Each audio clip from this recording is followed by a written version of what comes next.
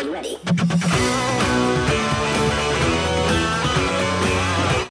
जमाने का जिक्र है, एक डॉक्टर हुआ करता था जिसका नाम था गुलिवर। और जब वो आया तो शहर में कोई भी काम नजर नहीं आ रहा था, तो गुलिवर ने एक कश्ती में काम ले लिया और अब उसकी नई जिंदगी शुरू हो गई थी। शुरुआत के कुछ दिन तो बहुत अच्छे गुजरे, वो अपनी नई जिंदगी से बहुत खुश था। लेकिन एक दिन एक बहुत तेज तूफान आया। कुछ घंटों तक उस तूफान से लड़ने के बाद आखिर में कश्ती डूब गई।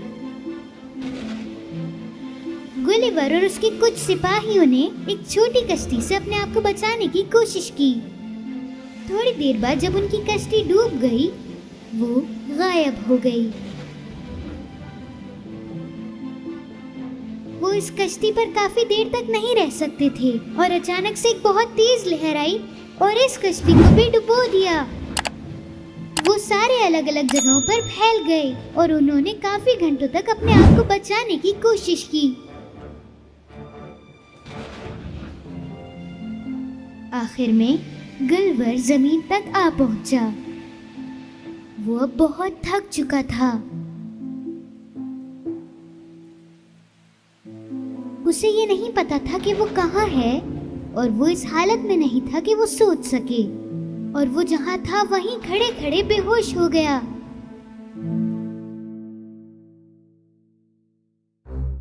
जब वो उठा तो उसने देखा कि वो ऊपर से नीचे तक बंधा हुआ है, और उसने अपने इधर उधर देखा तो उसने अपनी उंगलियों से भी छोटे लोग देखे।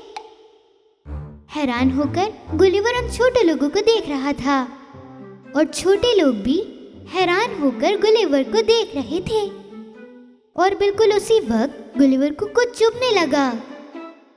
जब उसने अपना सर उठाया और देखा ये क्या है, तो उसने देखा कि उसका पूरा बदन छोटे छोटे तीरों से लगा हुआ है। छोटे बहादुर सिपाही उसके ऊपर तीर मार रहे थे।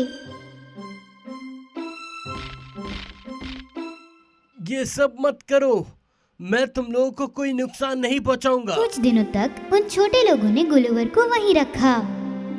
उन्होंने उसे खाना दिया और पानी दिया। काफी दिन गुजरने के बाद उन्होंने उसे गाड़ी पर रखा जो कि 100 छोटे छोटे लोगों की मदद से चल रही थी, और वो उसे अपने गांव ले जा रहे थे जिसका नाम था लिलीपुट।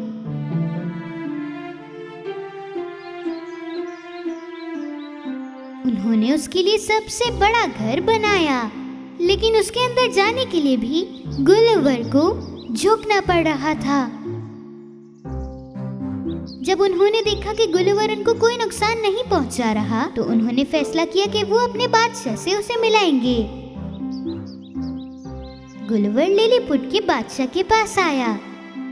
बादशाह ने उसे रुकने की इजाजत तो दे दी, लेकिन उससे बदले में चाहिए था कि वो काम करे और शहर की मदद करे जितनी उससे हो सकती है। गुलिवर ने एक कागज पर दस्तखत की जिस पर सही काम और गलत काम लिखे हुए थे, जैसे कि अगर वो अपने हाथ पे किसी को उठाना चाहता था तो उसे काम करना होगा। और उसके बाद से गुलिवर लिलीपुट में रहने लगा। वो शहर के घर बनाने में मदद कर रहा था और फसलों में पानी डाल रहा था। जब कुछ दिन गुजर गए तो उसे शहर में रहने वालों का एक मसला पता चला। पड़ोसी मुल्क के सिपाही लिलीपुट पर हमला करना चाहते थे और वो सभी जंग के लिए तैयारियां कर रहे थे। गुलिवर बादशाह के पास गया और उनसे कहा कि क्या मैं आपकी मदद कर सकता हूँ? अगर आप कहें तो मैं आपकी कुछ मदद कर दूंगा बादशाह सलामत। बादशाह बहुत खुश हुआ। सबसे पहले उसने उसका शुक्रिया अदा किया और उसके बाद उसकी बात मान ली।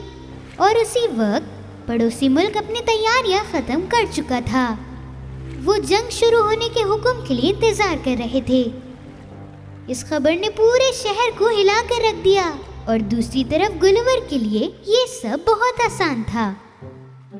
उसने सबको ये बोला कि वो जितने तार हो सकते हैं उसे ढूंढ कर दें। गुलिवर ने वो सारे तार जोड़े जो उन्होंने उसे ला कर दिए थे और उसने एक लंबी और ताकतवर स्ट्रिंग बनाई। जब आधी रात हो चुकी थी तो उसने अपनी लंबी स्ट्रिंग उठाई और उसे जमीन की दूसरी तरफ फेंका।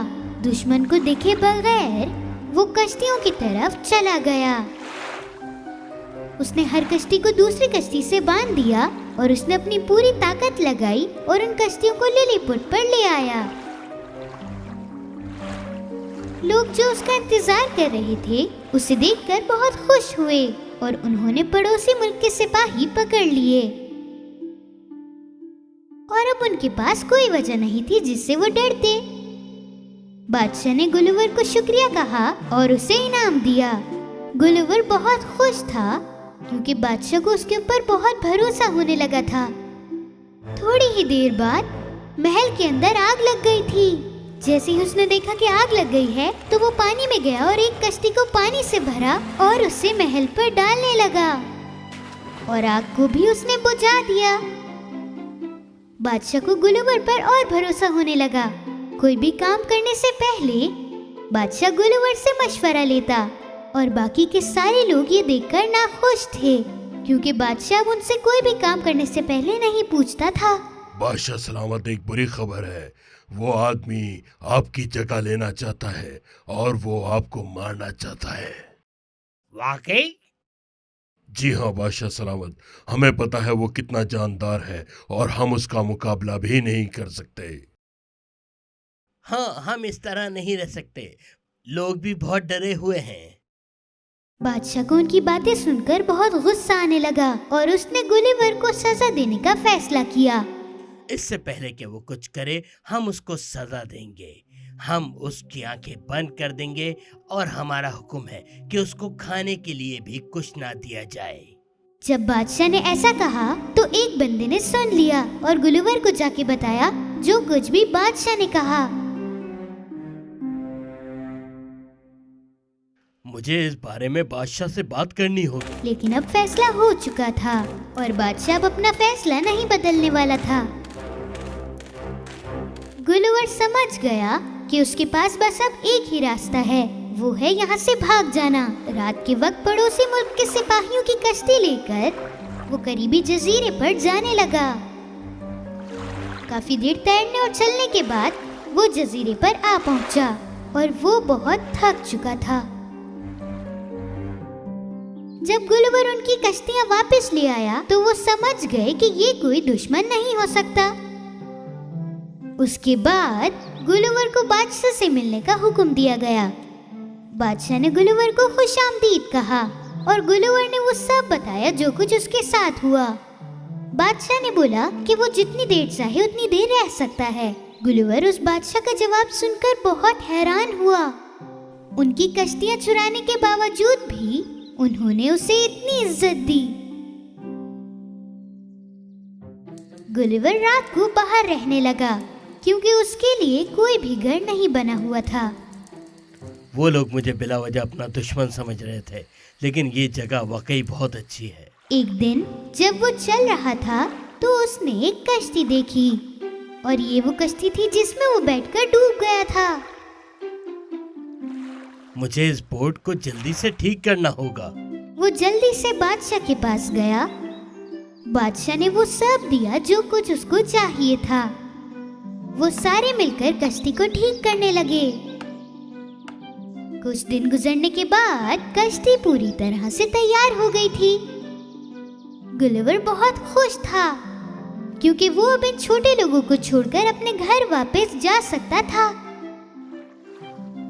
गुलिवर ने बादशाह को शुक्रिया कहा और उन सारे लोगों को जिन्होंने उसकी मदद की थी।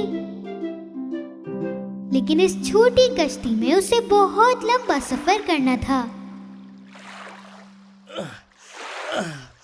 ये छोटी सी कश्ती बहुत भारी हो गई है।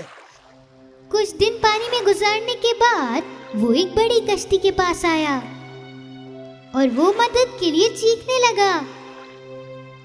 हे, हे, मुझे बचाओ, बचाओ मुझे। आखिरकार उन्होंने उसकी आवाज सुन ली।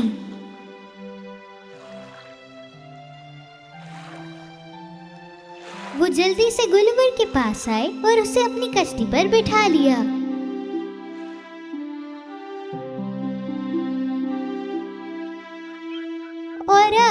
गुलवर बच गया था।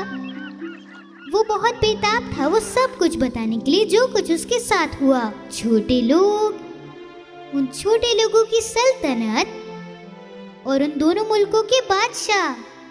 वो सोच रहा था कि कौन उसकी बात पर यकीन करेगा, लेकिन वो बहुत खुश था क्योंकि वो अब अपने घर जा रहा था, अपने घर वालों को देखने। लेकिन उसने सोचा कि अभी भी बहुत सारे सफर उसका इंतजार कर रहे हैं पानी के रास्तों में।